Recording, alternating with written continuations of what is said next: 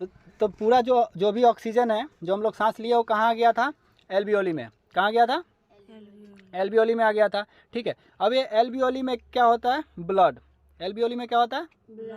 Blood होता है। Blood में क्या होता है? हीमोग्लोबिन होता है, जो ऑक्सीजन को कहाँ लेके चला जाता है? पूरे सेल्स के पास। पूरे सेल्स के पास, पूरे ब्लड में लेके गया। ब्लड कहाँ लेके गया? सेल्स के पास। कहाँ लेके गया? सेल्स के पास। अब सेल्स में किसके पास लेके जाएगा? तो माइटोकॉन्ड्रिया के पास। किसके पास लेके जाएगा? माइटोकॉन्ड्रिया के पास लेके जाएगा। ठीक है, अब ये माइटोकॉन्ड्रिया क्या करता है? तो ये करता है कोशिका के अंदर आंतरिक श्वसन। ठीक है, आंतरिक श्वसन। तो श्वसन अगर बोला जाए तो श्वसन को कितने भाग में बांटते हैं? 2 भाग में। ठीक है, एक होता है अगर हम लोग जो ये फेफड़ा से सांस लेते हैं, ये कैसा श्वसन है? तो बाहरी श्वसन है। ये कैसा है? बाहरी श्वसन है।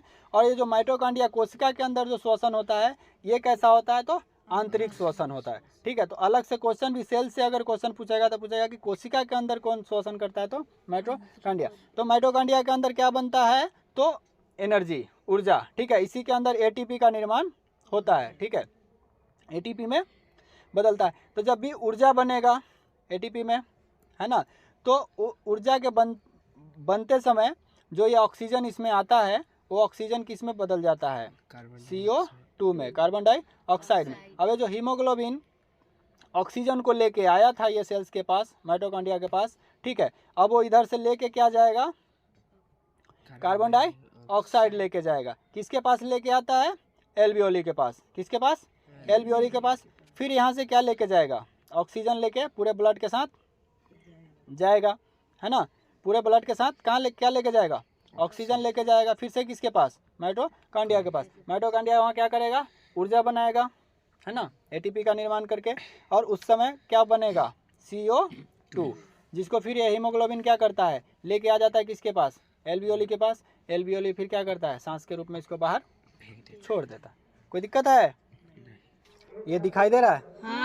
हाँ, अभी तक हम लोग ये पढ़ चुके थे कि हम लोग जो सांस लेते हैं और छोड़ते हैं, यही क्या कहलाता है? ब्रीथिंग कहलाता है। ठीक है, तो ब्रीथिंग करने में मेन ऑर्गन क्या है? ब्रीथिंग का लंग्स है। क्या है? लंग्स है, फेफड़ा है। ठीक है, लेकिन जब भी हम सांस को खींचते हैं, ठीक है, तो सांस को खींच तो लेते हैं, ठीक है, लेकिन उसके बाद जब उसको बाहर की तरफ छोड़ना होता है, ठीक है, तो खींचना तो ईजी है, खींच लेते हैं, ठीक है, लेकिन जब उसको बाहर की तरफ छोड़ना होता है तो उसको छोड़ने के लिए मदद करता है कौन?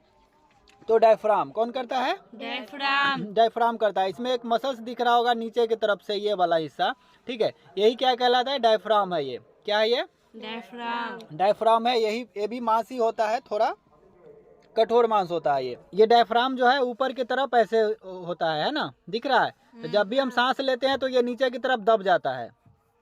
जब भी सांस लेते हैं कहाँ जाता है? नीचे की तरफ दब जाता है। जैसे अभी ये कहाँ रहा है? नीचे की तरफ। अभी कहाँ? ऊपर गया ये, फिर ये नीचे आ जाता है ना। जैसी सांस लेते हैं नीचे की तरफ आ जाता है, और जैसी सांस को जब छोड़ते हैं तो उस समय ये कहाँ जाता है? ऊपर की तरफ चला जाता है, जिससे हमें सांस को छोड़ने में मदद मिल जाता है। कोई दिक्कत है इसमें? नहीं। सांस को छोड़ने में कौन मदद करता है?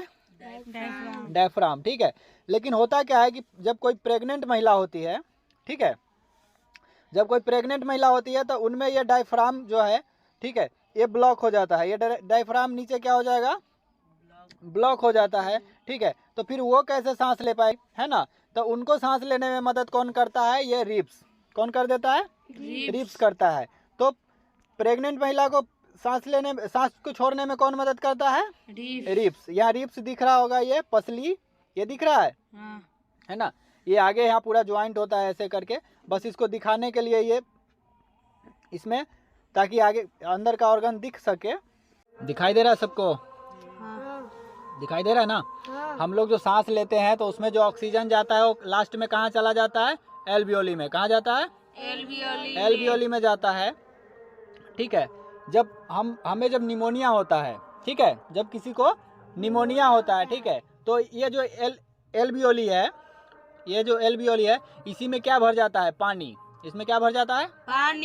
पानी। इसके कारण पहले बहुत ज़्यादा डेथ भी होता था, ठीक है, अभी तो इस सब का इलाज आ गया है। ठीक है, टीबी, अब ये जो एल्वियोली समझ में आ रहा है ना, जब किसी को टीबी होता है तो टीबी में जो एल्वियोली है ना, इसी को खा जाता है, इसी को टीबी का जो बैक्टीरिया होता है, ट्यूबरकुलोसिस ऐसे कुछ है ना, वो इसको क्या करता है, खा जाता है, तो उसमें भी दिक्कत हो जाता है ना। कोरोना वायरस सबको पता है ना, बहुत ज़्यादा फेमस है। तो कोरोना वायरस जो है वो कहाँ अटैक करता था, तो वो भी इसी में आके अटैक करता था, वो भी इसी में आके बैठ जाता था। तो सांस, कोरोना में सांस का भी दिक्कत होता था ना, इसी के कारण। कोई दिक्कत नहीं ना इसमें? नहीं। आगे कुछ हम लोग रिवीजन कर लेते हैं, ठीक है, अपने बुक के अकॉर्डिंग कि बुक में क्या। अभी जैसे हम लोग एक बार तो देख लिए ऐसे, है ना, लगभग चैप्टर हम लोग खत्म कर चुके हैं। अब कुछ पॉइंट देख लेते हैं बुक के अनुसार कि उसमें कुछ एक्स्ट्रा है या नहीं। अब इतना तो पहले पता था कि ऑक्सीजन हम लोग लेते कितना परसेंट है, 21%, और छोड़ते हैं कितना परसेंट, 17%, है ना। तो बुक के अकॉर्डिंग देखा जाए तो 16.4%, कितना छोड़ देते हैं, 16.4%, ठीक है। ये आपके क्लास 7 के अकॉर्डिंग है, ठीक है। क्लास 7 के बुक में है कि छोड़ते कितना, 16.4%, ठीक है। वही कार्बन डाइऑक्साइड की बात करें तो कितना परसेंट लेते हैं, 0.04%, ठीक है। और छोड़ते कितना है, तो 4.4%, ठीक है। इसी में लिखा हुआ है कि वाटर वेपर कितना लेते हैं, तो बहुत ही कम मात्रा में, है ना, ठीक है। लेकिन वाटर वेपर छोड़ते कितना मात्रा में, तो ज़्यादा, है ना। वाटर वेपर छोड़ते कितना है, तो ज़्यादा, लेकिन लेते कितना है, बहुत ही कम। बाकी तो बताए ही थे, है ना। तो यहाँ तक कोई दिक्कत नहीं ना है इसमें। चलो आगे बढ़ते हैं हम लोग। जब भी हम लोग कुछ खाते हैं, है ना, जब भी हम लोग कुछ खाते हैं और सांस लेते हैं, है ना, तो खाते हैं तो क्या है, ग्लूकोज, है ना, ग्लूकोज बोले तो फूड। और ऑक्सीजन कहाँ से मिल जाता है, एयर से। ऑक्सीजन कहाँ से मिल जाएगा, एयर से। और ग्लूकोज कहाँ मिल जाएगा, फूड से, खाना से, ठीक है। तो ये दोनों को मिला के क्या होता है, रेस्पिरेशन, ठीक है। क्या हो जाता है, रेस्पिरेशन। किसके द्वारा होता है, तो हमारे शरीर के कोशिकाओं द्वारा, ठीक है, हमारे बॉडी के सेल्स द्वारा, है ना, कोशिकाओं द्वारा क्या हो जाता है, रेस्पिरेशन, ठीक है।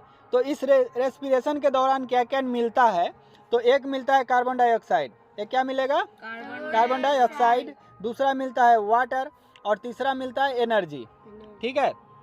एक मिलता है कार्बन डाइऑक्साइड, दूसरा मिलता है वाटर, और तीसरा मिलता है एनर्जी मिलता है, ऊर्जा मिलता है। जैसे ये हम लोग क्लास में कर ही चुके थे कि कार्बन डाइऑक्साइड मिलता है, ऊर्जा मिलता है ना, पता था, कोई दिक्कत नहीं ना इसमें। क्या है, एरोबिक एंड एनारोबिक रेस्पिरेशन, ठीक है।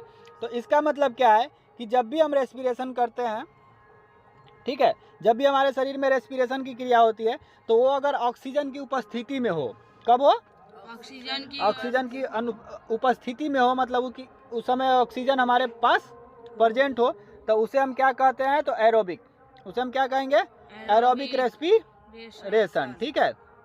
ये ऑक्सीजन के प्रेजेंट में होगा, कब होगा, ऑक्सीजन के प्रेजेंट में।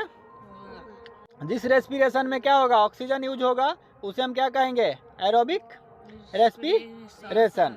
कोई दिक्कत है, नहीं। तो दूसरा क्या है, एनारोबिक रेस्पिरेशन। तो इसमें हम यह कह सकते हैं, इसका अगर फॉर्मूला देखा जाए एरोबिक रेस्पिरेशन का, ठीक है, तो इसमें हम क्या ले लेंगे, फूड, क्या लेंगे, फूड। इससे ग्लूकोज मिल जाएगा, क्या मिलेगा, ग्लूकोज, ठीक है। दूसरा है कि ऑक्सीजन की उपस्थिति में क्या हो रहा है, एरोबिक रेस्पिरेशन, ठीक है। इससे होगा क्या, इससे क्या क्या मिलेगा, तो एक मिलेगा कार्बन डाइऑक्साइड, दूसरा मिलेगा वाटर, और तीसरा एनर्जी। कोई दिक्कत नहीं ना इसमें। आगे है एनारोबिक रेस्पिरेशन, ठीक है। तो एक क्या था, एरोबिक रेस्पिरेशन, जिसमें ऑक्सीजन होगा, ठीक है। तो इसमें क्या होगा, ऑक्सीजन नहीं होगा, ठीक है। यानी कि पहले तो मिलेगा फूड, क्या ले लेते हैं, फूड, इससे मिल जाएगा ग्लूकोज, ठीक है। तो ये जो एनारोबिक रेस्पिरेशन हो रहा है, ठीक है, तो क्या इसमें ऑक्सीजन होगा, नहीं, तो नो ऑक्सीजन नहीं होगा, ठीक है। तो इससे हमारे शरीर को क्या मिलेगा, तो एक मिलेगा एल्कोहल, क्या मिलेगा, एल्कोहल, कार्बन डाइऑक्साइड और एनर्जी। कोई दिक्कत है इसमें, नहीं। इसमें एक टॉपिक आता है एनारोबिक रेस्पिरेशन इन मसल्स, ठीक है, कि हमारी जब मांसपेशियां भी इसमें भी क्या होता है, एनारोबिक रेस्पिरेशन होता है, ठीक है। तो ये कब होगा, तो जब भी हम लोग हार्ड एक्सरसाइज करते हैं, है ना, दौड़ते हैं, भागते हैं, कोई एक्सरसाइज करते हैं, तो उस समय हमारे शरीर को ज़्यादा एनर्जी की ज़रूरत होती है, ठीक है। तो उस समय क्या होगा, ऑक्सीजन की क्या हो जाएगी, कमी। तो उसी समय क्या होता है, एनारोबिक रेस्पिरेशन होता है विदाउट ऑक्सीजन, ठीक है ना। पहले ही बताएं कि एरोबिक में ऑक्सीजन होगा और एनारोबिक में ऑक्सीजन नहीं होगा, है ना। ग्लूकोज मिल जाएगा किससे, फूड से। ग्लूकोज कैसे मिलेगा, फूड से, ठीक है। और इसमें जो रेस्पिरेशन हो रहा है वो कैसा हो रहा है, एनारोबिक रेस्पिरेशन, यानी कि एनारोबिक है तो इसमें ऑक्सीजन होगा नहीं, तो नो ऑक्सीजन, है ना। तो इससे क्या मिलेगा, तो एक मिलता है लैक्टिक एसिड और दूसरा मिलता है एनर्जी, ठीक है। ये कब होता है, जब हम लोग दौड़ते हैं, है ना, एक्सरसाइज करते दौड़ते हैं, तो उस समय दौड़ते दौड़ते पैर दर्द करने लगता है ना। दौड़ते दौड़ते क्या होता है, पैर दर्द करने लगता है, तो क्या होता है, तो पैर में जमा हो जाता है क्या चीज़, लैक्टिक एसिड। क्या जमा हो जाता है पैर में, लैक्टिक एसिड जमा हो जाता है, ठीक है। ये किसके कारण, एनारोबिक रेस्पिरेशन के कारण, है ना। शरीर में क्या हो जाती है, ऑक्सीजन की कमी हो जाती है, जिससे हमारे मसल्स में क्या जमा हो जाता है, लैक्टिक एसिड। क्या जमा हो जाता है, लैक्टिक एसिड जमा हो जाता है, ठीक है ना। क्या जमा होता है, लैक्टिक एसिड जमा हो जाता है, ठीक है। तो ये बनता क्यों है, ये एनारोबिक रेस्पिरेशन क्यों होता है, तो एनर्जी की क्या हो जाती है शरीर में, कमी, और इंस्टेंट एनर्जी की ज़रूरत होती है, और उसके लिए चाहिए ऑक्सीजन, और ऑक्सीजन की क्या हो जाती है, कमी। तो उस समय क्या बन जाता है, एनर्जी प्लस लैक्टिक एसिड बनता है। क्या बनता है, लैक्टिक एसिड बनता है। कोई दिक्कत है इसमें, नहीं ना।